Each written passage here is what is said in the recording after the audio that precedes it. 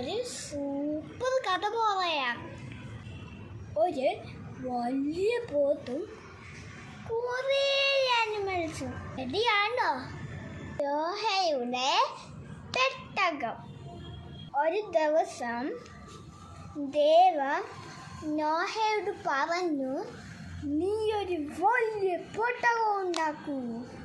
നോഹ ദൈവത്തിൻ്റെ വാക്ക് കേട്ടു. അവനൊരു വലിയ ബോട്ടുണ്ടാക്കി. പിന്നെ എന്താണെന്ന് അറിയാവോ? മൃഗങ്ങളെല്ലാം വന്നു.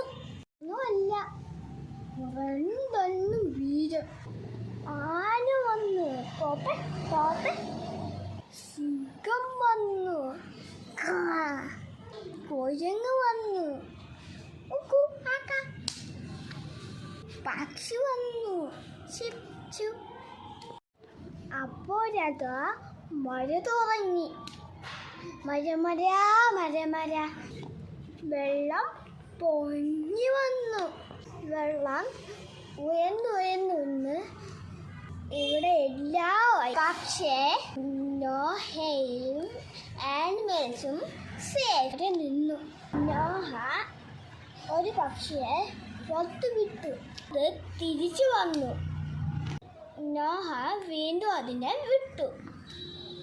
അതൊരു ഇലയുമായി തിരിച്ചു വന്നു. നോഹ പറഞ്ഞു, വെള്ളം വന്നു. മൃഗങ്ങളെല്ലാം പുറത്തു വിട്ടു. എല്ലാവരും പുറത്തു വന്നു. എല്ലാവരും ഹാപ്പിയായി.